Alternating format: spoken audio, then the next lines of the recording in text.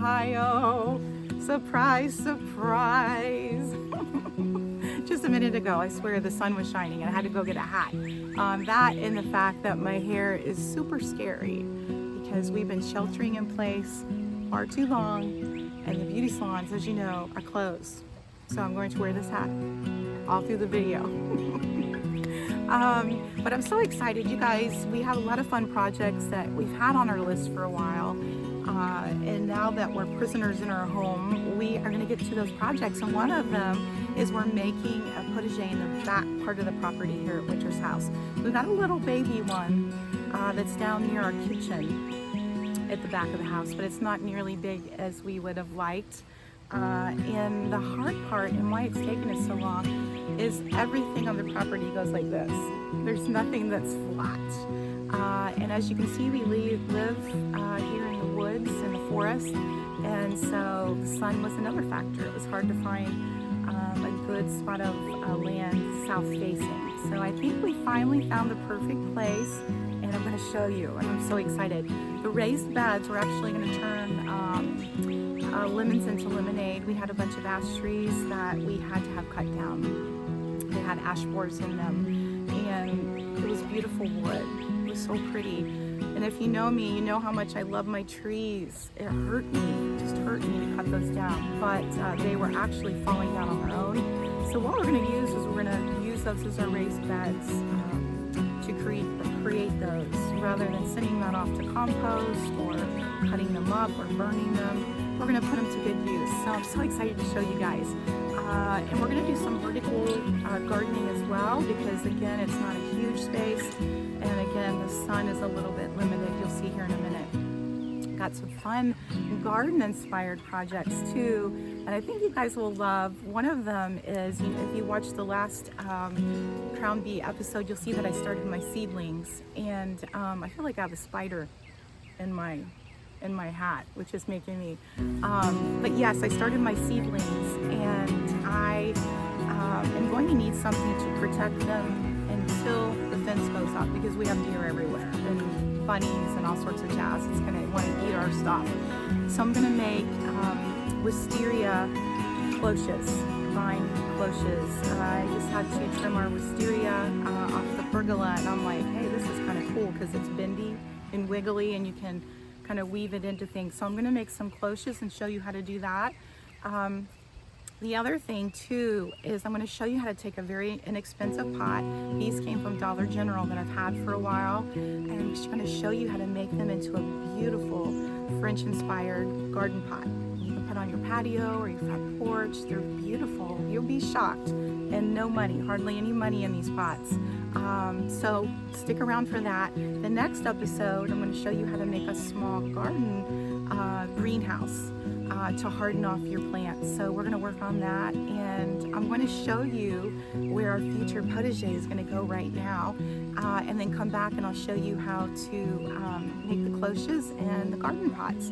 Wherever you guys are, I hope you're safe and well through all of this. And one of the reasons that I wanted to start my channel was to encourage people to go outside, listen to those birds, to go outside and really drink up nature. It's so good for you. And I think during this time where we kind of all feel like prisoners, this is a good time to go out and take a walk. Just go out and take a walk and listen to, do you hear them? Listen to the birds sing. And hopefully the sun will shine. Again, give it 5 minutes. It'll start shining. Listen to that one. So you guys take care, sending you love, and let's go see the potager. I hope you like it. Okay, the problem is we've had so much rain, my path is slippery from moving the trees. There's no grass, and I've been slipping and sliding. So I'm going to turn the camera around and show you the future if I don't kill myself here. It's very slippery. I'm going to turn it around so you guys can see. Okay, here it is. Our future potager. I get so pumped coming up here in the morning to see the progress. And I know right now they kind of look like Fred Flintstone cars. But once they get the soil in and the trellises up and things are kind of popping up and growing, I think it's going to be really pretty. These are the ash trees that we had to take down. Ugh, I hated doing it, but they had the ash borer so bad that some of them were actually falling, and we were worried that they would fall and mush somebody or one of us. So they had to come down. This beds, these two right here, are 20 feet long. And we really had to work for finding a space up here that was flat and somewhat sunny. And this was the best that we had here at Winter's house, because we live on ski hills. So if I ever trip, good, I'm gonna roll all the way down this hill right to the back door. Now, right here by this cedar, that's where the gate's gonna go. So you still see I have a good amount of space to put more beds in. I think those are gonna be cutting flowers on either side, maybe roses or whatnot. I really wanna put some roses up here. But I still have more space to put vegetables there if I decide. Now over here, you'll see two kind of mirrored beds, only these are 10 feet long instead of 20, still 4 feet wide, and we're still going to do the cattle panels. I still have some room down here and I haven't decided. If you guys have an opinion, let me know, because before I put the fence up, we have to decide. I may end up putting another bed here with some companion planting, strawberries and asparagus maybe, and chives could go in there maybe. But I gotta decide that soon. So let me know what you guys think. Probably a wood fence, maybe a wood picket, and we're gonna have to fight the deer. So again, if you have any advice, I'd love it. Now right here is where the garden shed's gonna go, and I'm so excited. Now it's just a wood kit that we're gonna put together, but I'm gonna jazz it up with some of my architectural pieces that I've been hoarding for a while. So those will go there and give me a place to store my pots and soil and things like that in there. So that's gonna go there, and there's a big cedar tree right there. This is all cedars in here, all surrounding us. So there it is, guys, the future potager at Winter's house.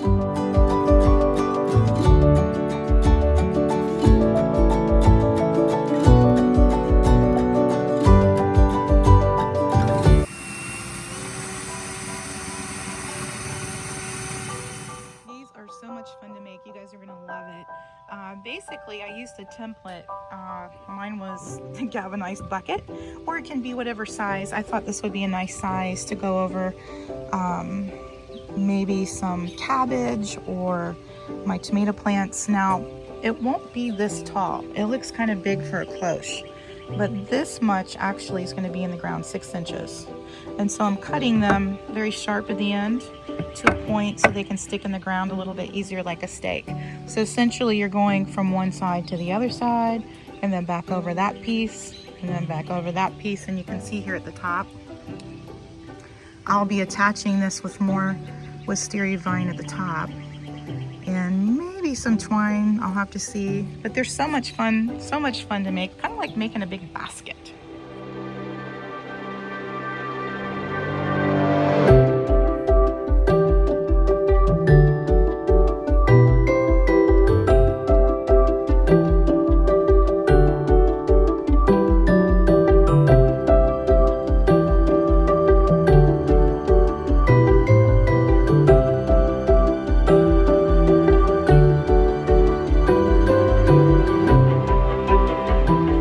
Now, if you don't have vining to make a cloche like I just showed you how to weave, you can make a cloche very inexpensively and very easily out of these Dollar General waste baskets. And I just think they're so cute. They're made out of wire. You'll see these all across Pinterest and YouTube to put over your young plants in your potager or your garden. And I use garden stakes, bloop, bloop, to anchor them down in the soil. And I have a bunch of these in my art studio already. They're great to store supplies in because you can actually see through them. Now this one I'm going to turn upside down to create the cloche. And I have these slabs of wood from a previous project, and the bark has since come off. And I'm going to coat all of them in this DIY dark wax. Love this stuff, magical. And then I have a bunch of old doorknobs just over the years from different projects and whatnot. And I'm going to E6000 this to the top of the cloche. And I'm going to E6000 this to the top of the wood. And it's going to make a beautiful cloche for your garden for basically just hardly any money. And it's beautiful. I've got about 5 baskets I'm going to do.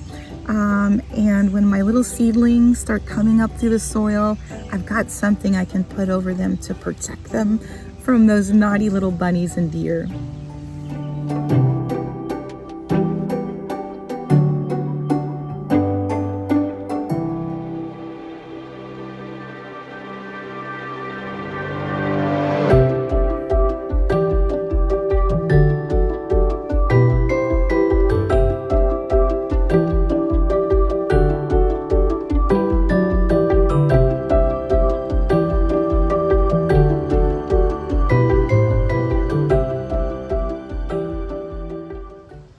Okay, here she is.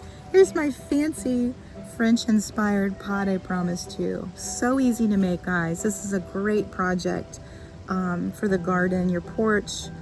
This would be beautiful in your kitchen with some lovely herbs and a windowsill. Look at the detail. Now, this is just basically paper clay that I put in IOD molds. This is a fellow YouTuber that creates all these products, and I use this top one here, and you can see that right there, and I just kind of butted them up together.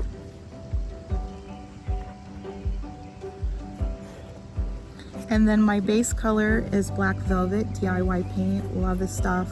Magical, magical, magical paint. This is incredible paint. Love it. And DIY also makes a wax to go with it, although I didn't have it with the quarantine. I can't really go out to get this my paint at a local antique shop, and they're all closed up. But you can also get it on Etsy. You just have to wait for it to come. And I heased all of it with wood glue, which makes sense because it's all paper. Now, you can also put resin in your molds. You'll just have to heat them up to get them on the bend, and that would probably make it weather resistant. This is just going to probably go under the porch or something like that, where it's not really in the rain. But here she is. This is an IOD stamp also, is this design, and I took a sanding block to it to make it look old. And I'm just kind of in love with this pot. All ready for the potager.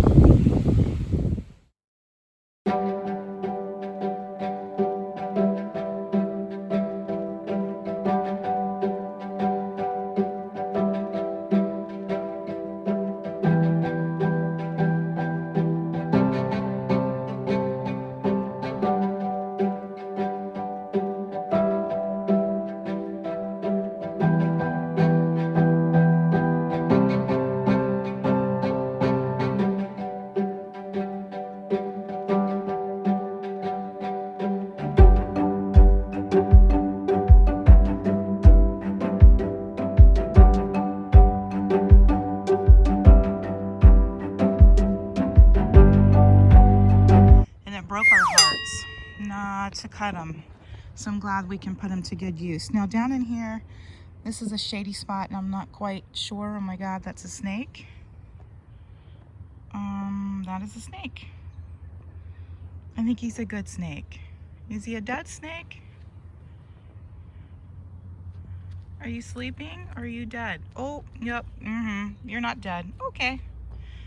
We'll just leave him there. Okay, bye-bye snake. And we're gonna go this way.